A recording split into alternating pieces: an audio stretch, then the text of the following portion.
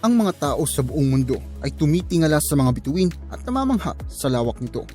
Pero ilan lamang ang swerte sa atin ang nagkakaroon ng privilege na makapunta sa kalawakan at tumingin sa planeta natin paibaba.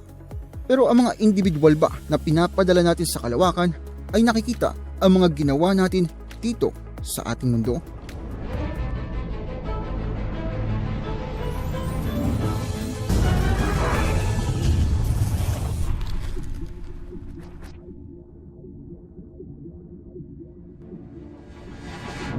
Ang Great Wall of China ay isang malaking formation na nag-arc palibot sa southern edge ng Inner Mongolia at ito ay mahaba sa higit pang 13,000 miles, kasama na dito ang mga branches at offshoots. At ang pinakamatandang bahagi ng pader ay may tandang 2,200 years old. Sa nagdaang century, ito ay tinaguri ang pinakamalaking man-made structure at simula na nagpunta mga tao sa kalawakan, ang Great Wall ng China ay nagkaroon ng maraming title.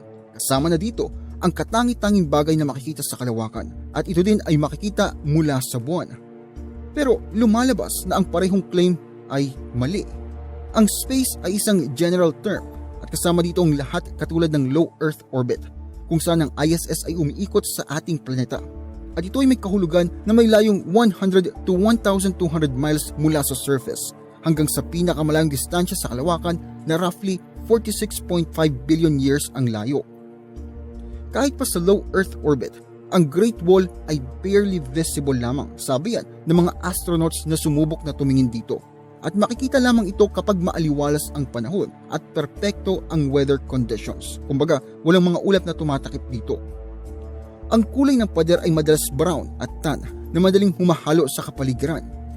Ang ISS ay typical na umiikot sa taas na 350 kilometers sa taas ng Earth's surface. At ang Great Wall ay bihirang makita sa ganoong kataas.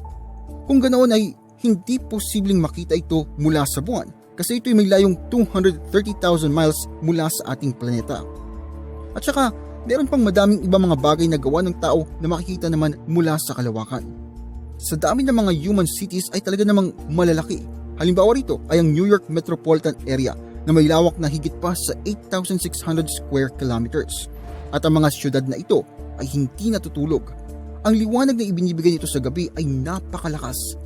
Habang hindi naman nakikita ng mga astronauts ang New York, Tokyo o Sao Paulo tuwing umaga, ang lakas ng radiant lights ng mga city na ito tuwing gabi ay nakikita mula sa kalawakan. Ang mga imahe na mula sa kalawakan, ulitin ko lang may low altitude na mas mababa kaysa 1,000 miles mula sa lupa. Na talaga namang maganda, pero pinupunto nito kung gaano kalakas ang konsumo ng elektrisidad ng mga metropolises na ito sa isang araw lamang o sa isang gabi. Isa pang makikita sa kalawakan ay ang desert roads. Ang mga bagay na ito ay hindi naman masyadong nakakamangha o magandang tignan, pero sila ay talagang napakahaba at tipikal na gumuguhit sa mga lugar na hindi pa nahahawakan ng kamay ng mga tao.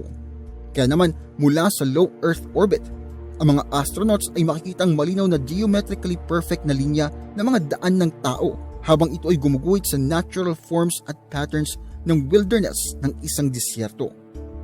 Ang pyramids ng Giza ay makikita rin mula sa kalawakan. Ang Pyramids of Giza, kung saan itinayo na may higit 4,500 years ago, ay makikita naman mula sa kalawakan.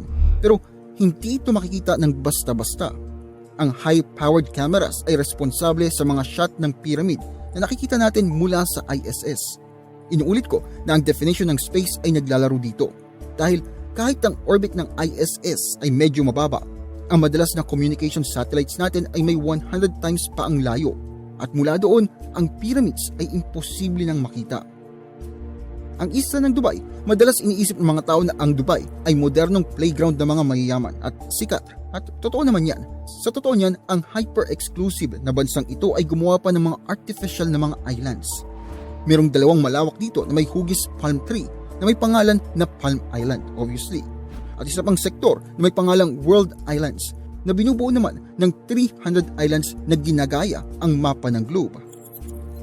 Ang Palm Island ay may lawak na 100,000 cubic meters at ito ang pinakamalaking artificial island sa mundo.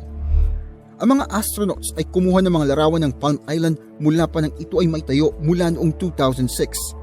Ang Spanish greenhouses naman na may lawak ng 64,000 acres ng southern coast ng Spain ay isang legendary greenhouses ng mga Almeida. Ang masikip na cluster ng plastic na greenhouses na ito ay nagbibigay ng mahigit $1.5 billion sa ekonomiya ng Spain. Salamat sa magandang pag-aani ng mga gulay. Ang masikip na packed clusters na ito na mga may puting bubong na greenhouses na ito ay makikita mula sa kalawakan. Ang mga tulay, ang malawak na dagat at katubigan ay madaling makikita rin mula sa kalawakan, lalo na sa mga kilalang geographic spots katulad ng mga kilalang coastlines. Kapag ang isang astronaut ay sumilip mula sa kanyang heavenly vantage point, ang makita mga tulay na nasa malawak na blue patches, hindi mahirap. Ang tulay sa lupa o kaya naman ang mga tumutulay sa maliliit na tubig ay mas mahirap makita. Pero ang mga malalaking tulay, katulad ng Bang na expressway sa Thailand, ay makikita naman mula sa low Earth orbit.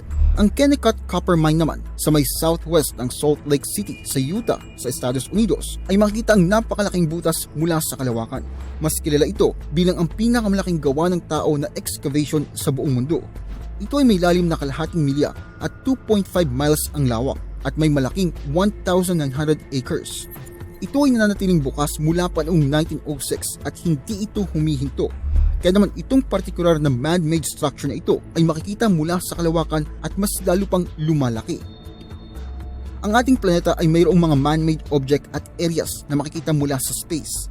Pero tandaan na ito ay makikita lamang sa low Earth orbit at madalas kailangan ng napakagandang kondisyon at kadalasan gumagamit ng high zoom na lens. Ang ating innovative na species ay siguradong idadagdag sa listahang ito sa future. Lagi nating tandaan, kung meron man na nagsabi sa iyo na may bagay na makikita mula sa buwan, kagaya ng Great Wall of China, sabihin nyo na sila ay misinformed. Maraming salamat po sa inyong panonood. Kung mahilig kayo sa history, mystery, religion, urban legends at iba pa, paki-subscribe naman po ang isa kong channel, ang Libro. May bagong videos po every week. Paki-like at paki-follow na rin po ang aking Facebook page. Muli, maraming salamat po. Maraming salamat lalo na sa mga solid supporter na sina